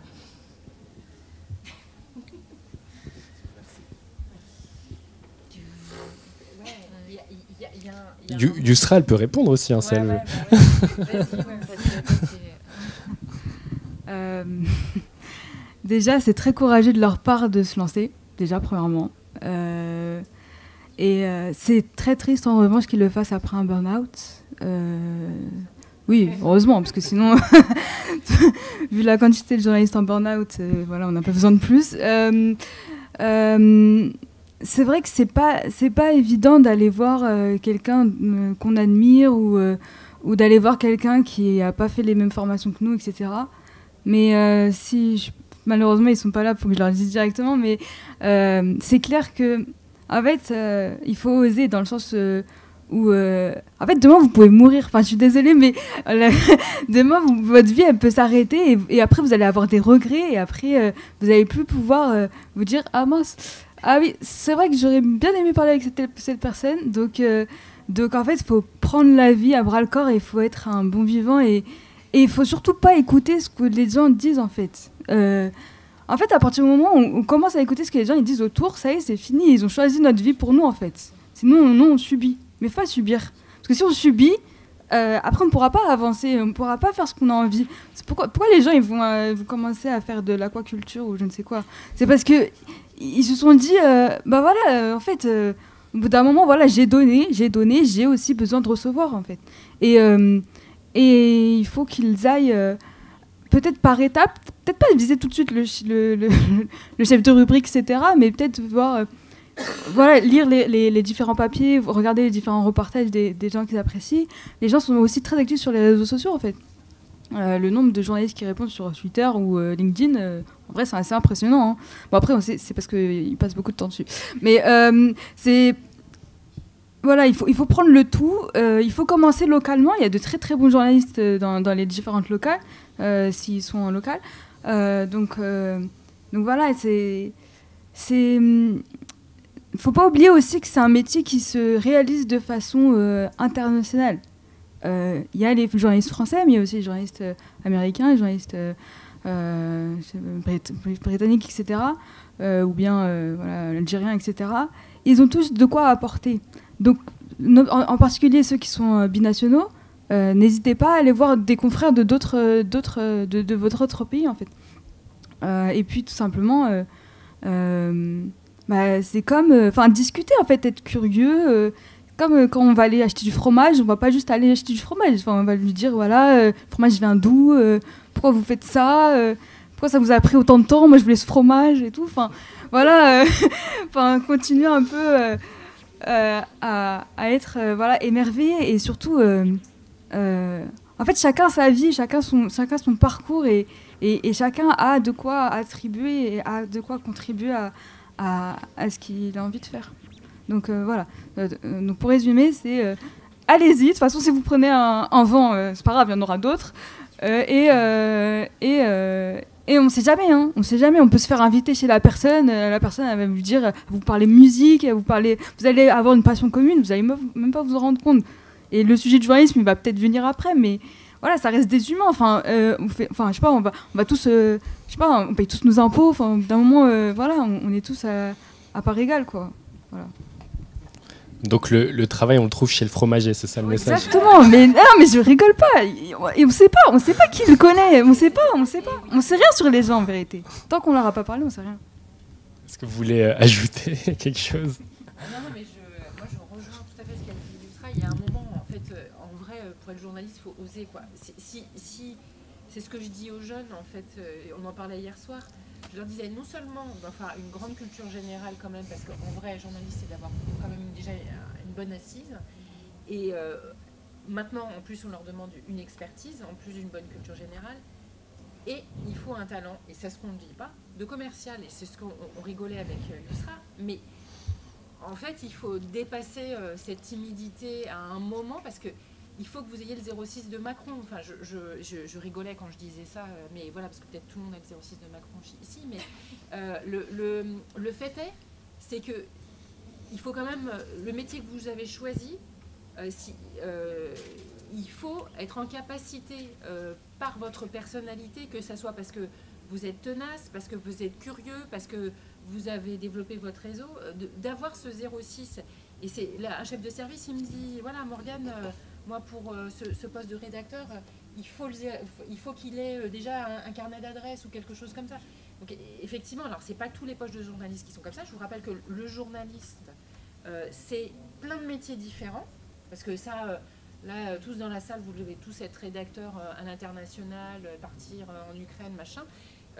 Je dis aussi aux journalistes que c'est plein de métiers différents.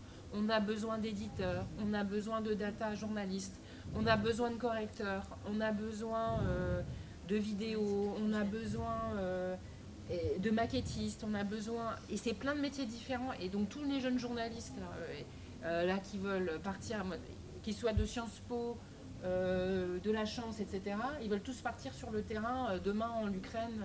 Voilà. En fait, non, hein, l'Ukraine, c'est le journaliste à l'international qui est spécialisé et qui est formé pour aller sur le terrain de conflit qui va y aller. Donc ça déjà, on arrête.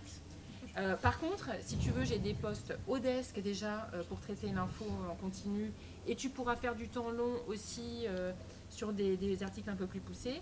Tu peux être éditeur aussi parce que la mise en scène, la mise en valeur de l'article, mais c'est des métiers, mais c'est la base en fait du métier, et c'est ce que j'essaye.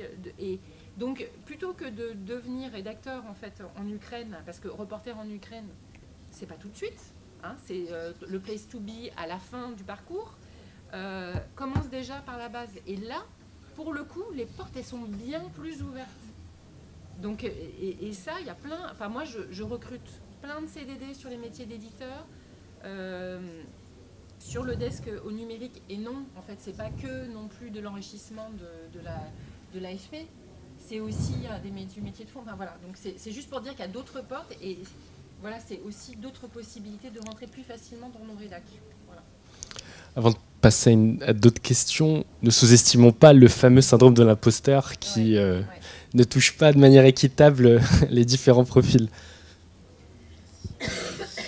Bonjour, je m'appelle Estelle Djanjo, donc je suis porte-parole pour l'AJAR, donc l'association des journalistes antiracistes et racisés. Je vais faire une intervention cet après-midi, mais je me suis dit qu'il fallait quand même que je réagisse à ça. On m'avait envoyé pour essayer de voir si les DRH du journalisme avaient au moins compris ce qui se passait en termes de diversité. Je pense que la réponse est non. En fait, j'aimerais juste vous poser une question de savoir, est-ce que vous ne pensez pas que le critère de sélection sociaux, en fait, qui inclut la diversité, c'est pas en fait tout simplement désuet? Parce que je vois, en fait, j'ai vu la promo de la chance au concours. Je ne sais pas si quelqu'un a le magazine en fait. C'est pas vraiment ce que j'appelle de la diversité. Et encore une fois, c'est aussi pour ça que nous, on a créé notre association. Ça fait 1 an que c'est en cuisson. Ça fait, encore une fois, il y a plein de journalistes. On va être plus de 200 aujourd'hui, donc il y a vraiment quelque chose qui ne va pas. Est-ce que c'est juste se prendre un prolo, un fils de prof de la Creuse ou des territoires qui, au final, va finir par être un journaliste qui porte des véjas, qui va finir bobo, blanc dans vos rédactions du Monde et de Radio France pour s'intégrer à un moule?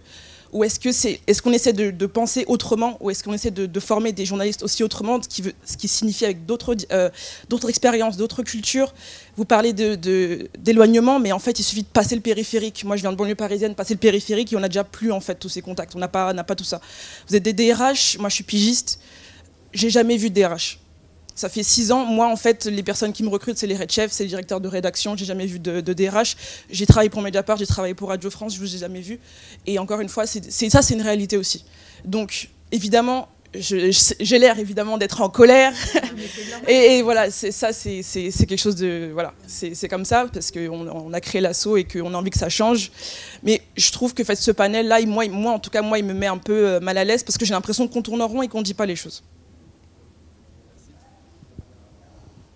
Qui veut répondre, Maxime?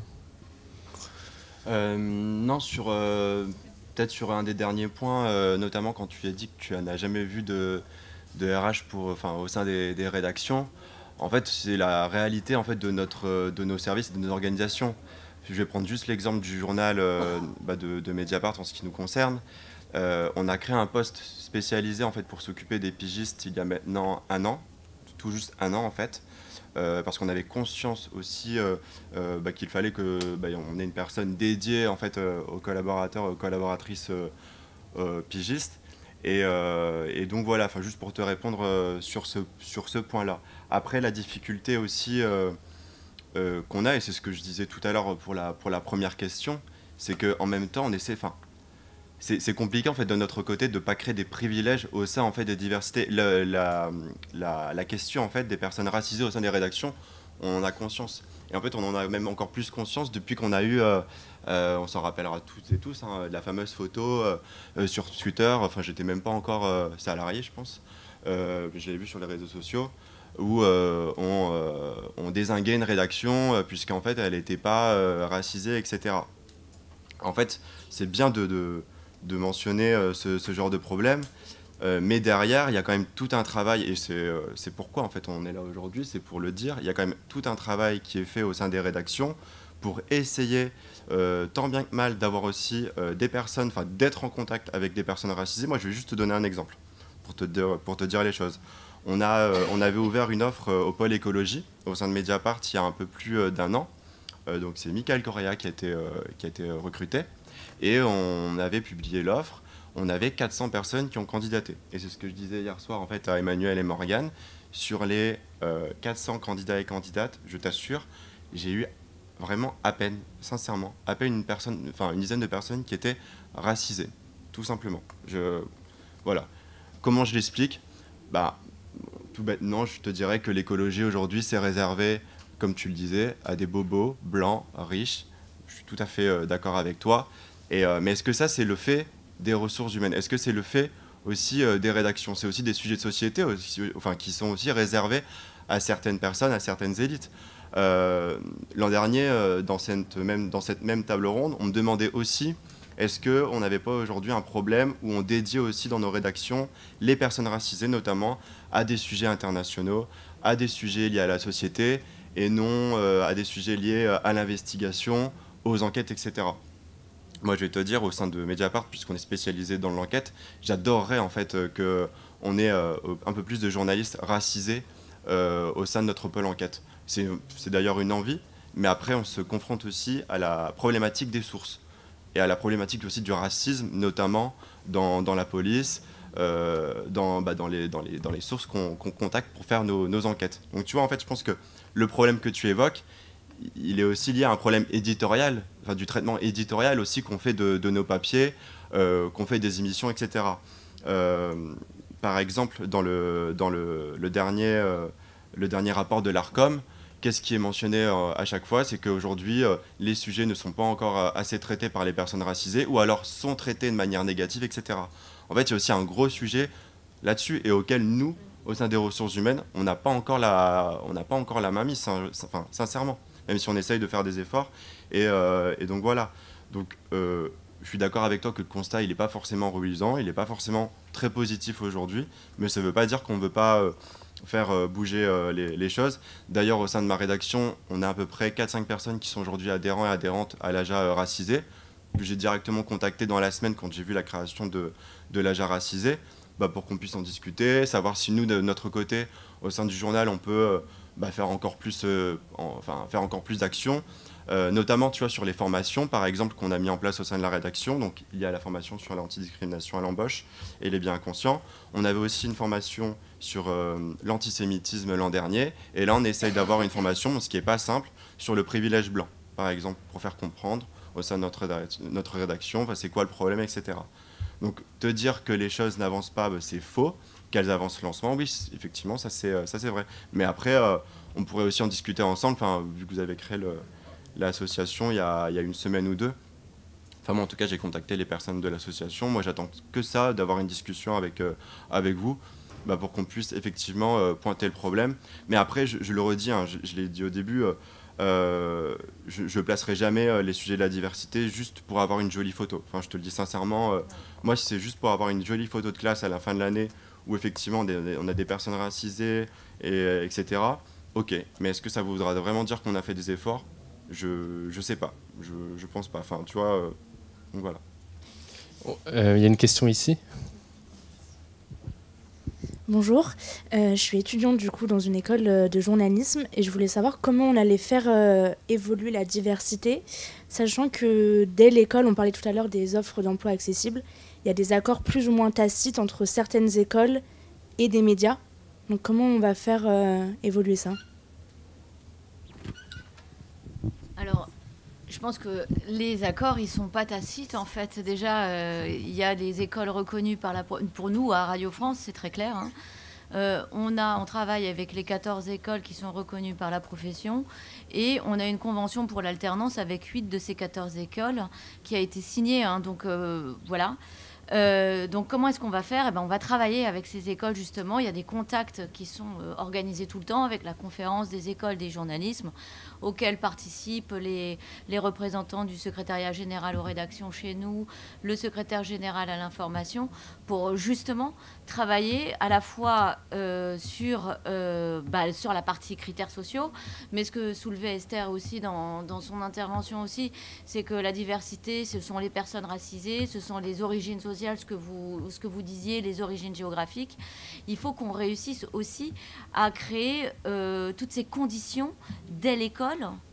Donc c'est un travail qui se fait ensemble en fait, parce que nous finalement on va ensuite accueillir des gens qui sortent des écoles, mais si les personnes, c'est ce que vous dites, elles ont été déjà sélectionnées à la base, alors évidemment il y a les compétences, hein. Il y aura toujours les compétences, la motivation, la passion qui va rentrer en jeu, mais tout ça se fait dès l'origine et dès l'orientation première en fait. C'est pas vraiment ça la question, Ouais. c'était plus qu'en fait certaines offres de certains médias n'arrivent qu'à certaines écoles qui se trouvent en haut du classement. Donc en fait, certains étudiants n'auront jamais accès à une offre d'alternance au milieu dans la démarche. Oui, non, mais avec plaisir, parce que nous, en fait, on s'est fâché avec les écoles il y a 1 an et demi, 2 ans, parce qu'on a choisi, nous, on était, je vais le dire, on était sur une diversité racisée, parce que pour répondre, en fait, nous, je partage votre constat sur le manque de personnes racisées au sein de nos rédactions, et la photo était d'une de mes rédactions. Le fait est, c'est que nous, on s'est même un peu fâché avec les écoles de journalisme avec qui on avait des accords tacites, hein, qui n'étaient pas formalisés, parce que nous, on a fait le constat que l'état d'avancement des écoles pour recruter des personnes issues de la diversité racisée et sociale n'était pas suffisant de notre point de vue, parce que nous retrouvions avec des super bons candidats en face de nous, mais qui effectivement étaient représentatifs des gens, des personnalités, des profils qu'on avait déjà dans nos rédactions. Donc pourquoi on s'est fâché? Parce que ce qu'on a fait, c'est qu'on a fait avec nos journalistes un tour de France de toutes les formations qui formaient aux journalistes, qui ne soient pas les fameuses écoles pour lesquelles qui sont très bien par ailleurs, mais qui n'avaient pas suffisamment pour nous de gens issus de la diversité. Donc on a fait le tour des facs et des écoles quand il y en avait, mais on a fait les facs. Et effectivement, on est allé promouvoir en fait nos rédactions auprès de ces écoles pour dire hop, on recrute en alternance, etc. Faites-nous signe. Donc on est allé recruter des gens de ces facs-là. Donc oui, par le passé, il y a pu avoir tacitement des écoles. Est-ce que oui, nos chefs de service et nos rédactions nous disent stop, le SJ, s'il te plaît, je viens de l'IUT, Lannion, machin, Dijba, et voilà, et parce qu'ils sont très bien, et puis parce que j'ai un super contact et tout, et parce d'ailleurs on en parlait avec Maxime hier, cette cooptation nous fait mal à tous en fait. Et donc nous, on pousse via l'alternance parce qu'on a la main, et c'est vrai, je suis désolée, presque exclusivement en fait sur l'alternance. C'est là qu'on pousse en fait des profils qui sont et pas forcément issus des écoles, voilà. Et oui, l'EMI, voilà, mais l'EMI effectivement, il ne propose pas de contrat d'alternance hein, de mémoire. Le CFPJ en propose, et c'est comme ça qu'on peut avoir des gens qui viennent d'ailleurs en fait. Voilà. Et juste pour rebondir, parce qu'effectivement ça c'est un très très bon point. Il y a aussi la même problématique concernant les bourses. En tant qu'étudiant, vous avez aussi votre mot à dire, hein, dans le sens où vous pouvez très bien faire une espèce de tribune encore, on adore les tribunes, pour vraiment expliquer l'idée de c'est pas normal que ce soit réservé à certains étudiants, pourquoi nous on n'aurait pas le droit de participer et de candidater. Donc effectivement, c'est très compliqué de voir ça arriver, surtout quand on n'y pense même pas. On se dit, mais c'est même pas possible de pouvoir avoir ça en fait, de façon encore plus réduite. Mais vous pouvez très bien dire à vos directeurs de vos établissements, non mais en fait, il faudrait que ce soit ouvert à tous, en fait. Mais ça, faut que ça vienne aussi des nouvelles générations des journalistes. C'est un sujet qui a déjà été soulevé à la conférence des écoles de journalisme, parce qu'il y a des étudiants qui participent et qui travaillent sur des thématiques, etc. Mais quand il y a certaines écoles qui nouent à avoir des partenariats, alors que leurs élèves ont accès aux offres que nous, on n'a jamais vues, en fait, ça commence aussi à l'école. Et même les directeurs admettent ce phénomène, donc à partir de ce moment-là, c'est compliqué de discuter, je pense. Mais lâchez pas l'affaire. On va prendre peut-être une dernière question.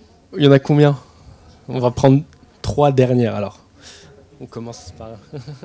On va devoir... Donc...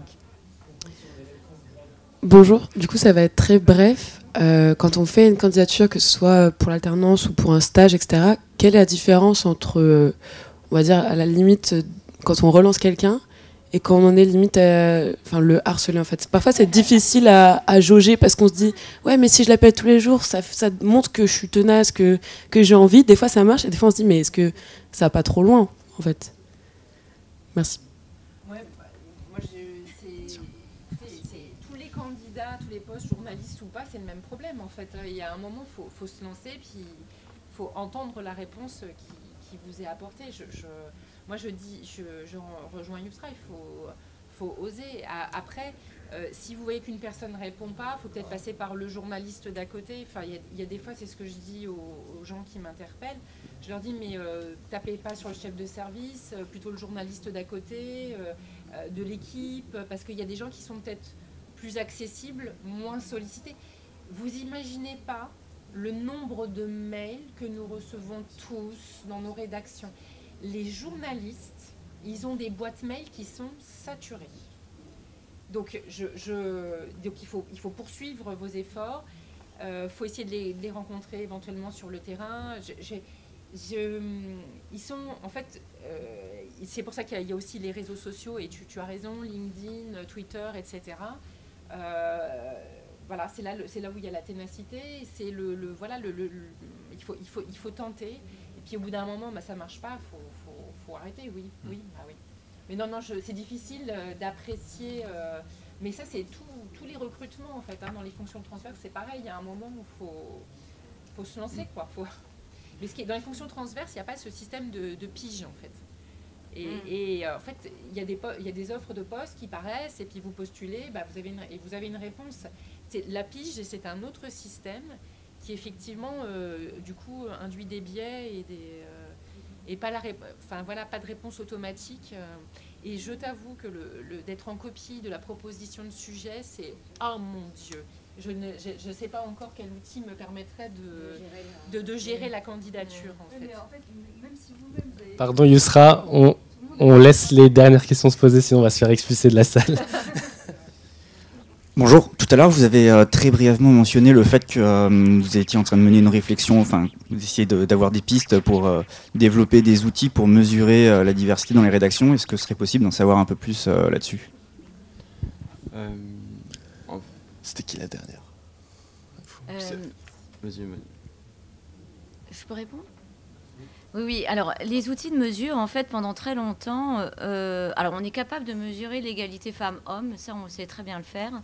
Et pendant un certain temps, pendant longtemps, jusqu'à ce que Moreno, effectivement, s'empare du sujet, parce que c'est vrai qu'elle a vraiment donné une impulsion, on a commencé, il y a des labos de recherche, il y a le défenseur des droits. La CNIL ont commencé à travailler sur des outils qui permettent de mesurer sur le principe du volontariat, évidemment, et évidemment avec toutes les réserves et tout le travail de préparatoire méthodologique rigoureux qui est nécessaire, tu peux calculer à la fois le genre, les parcours, tu peux avoir des idées sur la Alors, tu as deux choses. Tu as d'une part la réalité de ce qui peut se passer au sein d'une rédaction selon un certain nombre d'items que tu auras définis, qui sont ceux de la diversité diversité, handicap, âge, genre, orientation sexuelle, parcours, origine culturelle, origine géographique, origine des parents, même tu peux même poser ces questions, donc déjà avoir la carto, et tu peux aussi avoir la perception des personnes par rapport à ces parcours, et donc tu peux croiser, et tu peux avoir à la fois la photo de ce qui se passe au sein de ta rédaction et la façon dont les gens perçoivent. Parce que tu peux avoir aussi, à l'inverse, et on a eu encore l'expérience il n'y a pas si longtemps que ça, des gens qui viennent d'origine sociale ou géographique qui ne sont pas françaises et qui ne se perçoivent pas comme n'étant pas français aussi. Enfin, c'est tout à fait possible. Ce qui est intéressant, c'est justement d'être capable de faire le recoupement et d'être capable de faire le recoupement par type de métier. Parce que dans des rédactions, tu as des chefs, tu as différents métiers. Et ce qui est intéressant, c'est de voir justement où est la cassure. Alors, je parle là pour l'instant de sujets qui sont chez nous en projet. On ne les a pas expérimentés. On voudrait les mettre en place. C'est un engagement d'ailleurs qu'on a pris dans notre programme Égalité 360, c'est d'être capable de se mesurer. Et à partir du moment où on sera capable d'objectiver un petit peu la réalité de nos rédactions et de nos entités, on sera aussi capable de répondre à la question de la JAR et de Esther qui va nous dire, oui, mais regardez comment ça se passe de l'autre côté du périph', c'est pas du tout la vision que moi j'ai de vous, etc. Et ce que j'entends volontiers, hein. Je suis la première, enfin on est les premiers à le penser. On sait que nos rédactions ne sont pas assez racisées en termes d'origine, etc. Mais si on n'est pas capable de savoir de quoi on part, on va avoir du mal aussi à progresser parce qu'après, l'action des RH, elle va être aussi de se dire, on va mettre en place un plan d'action spécifique sur tel sujet auprès du management parce qu'on voit que là, on a eu une cassure. Enfin, c'est un peu vers ça qu'on voudrait s'orienter. Je ne sais pas si j'ai bien répondu. On va prendre une dernière question et on va mettre un terme à la conférence. Bonjour, Camille Bénard, je travaille à l'ANCT, l'Agence nationale de la cohésion des territoires que personne ne connaît, mais on traite les questions de politique de la ville et donc peut-être que ce n'est pas une question, mais pour ajouter au débat, en fait, on est la politique publique qui est en charge des quartiers, donc de la politique de la ville, qui sont sur critères sociaux et de concentration de population. Et en fait, moi, je suis plus spécifiquement en charge des questions de culture et de lutte contre les discriminations. Et en fait, très clairement, le critère qu'on utilise est inscrit dans la loi et c'est celui de l'origine. Donc voilà, il y a quand même quelque chose de très intéressant aussi qui sont ressortis dans les débats, c'est l'intersection de tous les critères. Et donc comment est-ce que nous, dans cette politique publique qui est nationale, on traite de la question des territoires, des critères sociaux, mais aussi de l'histoire de ces quartiers de la politique de la ville qui tiennent au passé colonial de la France et donc qui, comme on le sait, ont quand même un lien avec comment est-ce qu'on a pu créer des préjugés et des stéréotypes qui créent du racisme encore aujourd'hui. Et on voit que ça fait 40 ans que cette politique publique existe et qu'il y a toujours cette concentration de population pauvre liées à l'immigration et liées aussi aux questions d'outre-mer. Hein, donc, ce n'est pas que des questions de lien avec l'étranger dans ces quartiers-là. Et donc, qu'il y a quelque chose de systémique dans la manière de traiter cette question. Voilà ce que je voulais rapporter et que oui, il y a une question de connaissance et on y revient en fait en permanence, mais justement ce que je voulais souligner par le fait que cette politique publique qui existe depuis 40 ans, c'est aussi que ça fait 40 ans qu'on a de la production de connaissances sur les questions de racisme et de discrimination et que en fait il y a un moment où il faut aussi dépasser, voilà. Enfin, je veux pas dire que le sujet est éteint, hein. Il y a beaucoup de choses à mesurer. Et pour peut-être clôturer sur une information nouvelle, on a la ministre Isabelle Rome qui a lancé son plan de lutte contre le racisme, l'antisémitisme et les discriminations à l'origine, qui est une nouveauté en 2023, il y a quelques semaines, en lien avec 11 autres ministres, et donc qui se décline aussi par thématique, et notamment dans la thématique culture, sur comment est-ce qu'on traite ce sujet en interne. C'est le sujet de la table ronde, mais aussi comment est-ce qu'on en parle, et donc comment est-ce qu'on expose la mémoire et l'histoire, pas seulement des habitants des quartiers de la politique de la ville, mais aussi de la France dans sa diversité, et donc comment est-ce que ces questions-là sont abordées par les journalistes, et il y a aussi la proposition de la création d'un observatoire, voilà, pour juste sortir de la manière dont on peut mesurer les discriminations sous l'angle de la saisine juridique, mais aussi de manière plus large, comme vous l'avez abordé. Voilà. Après, pour juste compléter ce que disait Estelle, si je ne me trompe pas, par rapport aux personnes racisées, je pense qu'en fait, en y réfléchissant là depuis 10 minutes, c'est qu'en réalité, je pense qu'il y a des personnes racisées au sein des rédactions, mais c'est juste qu'elles ne sont pas encore visibles. Il y a aussi la difficulté qu'elles soient aussi représentées dans les organes de direction. Je pense que ce qui avait été évoqué notamment par Radidia, qui est notre journaliste chez Mediapart, même au sein de notre direction éditoriale, et on y travaille, c'est d'avoir des rôles modèles aussi, parfois au sein de la diversité, et représenter des personnes visibles. Et donc là, pour le coup, je vais contredire ce que je t'ai dit tout à l'heure, mais n'empêche qu'il néanmoins pourrait donner envie et espoir aussi aux personnes racisées d'avoir des postes à responsabilité au sein des rédactions. Donc je pense que ça aussi, on y travaille, mais c'est aussi une de nos difficultés, puisque ça prend du temps, puisque forcément, t'imagines bien que un ou une journaliste racisée qui arrive dans une rédaction maintenant, c'est comme ça ne sera pas tout de suite en fait sur un poste à responsabilité, puisque devant faire des années d'expérience, etc. Mais ça, c'est à nous après à l'accompagner au sein des ressources humaines. Mais on en a tout à fait conscience encore une fois. Sur ces mots de volonté et de perspective, nous allons clore cette conférence. Merci à tous d'être présents, merci à nos intervenants, et puis à bientôt. Et il y a du boulot. Merci.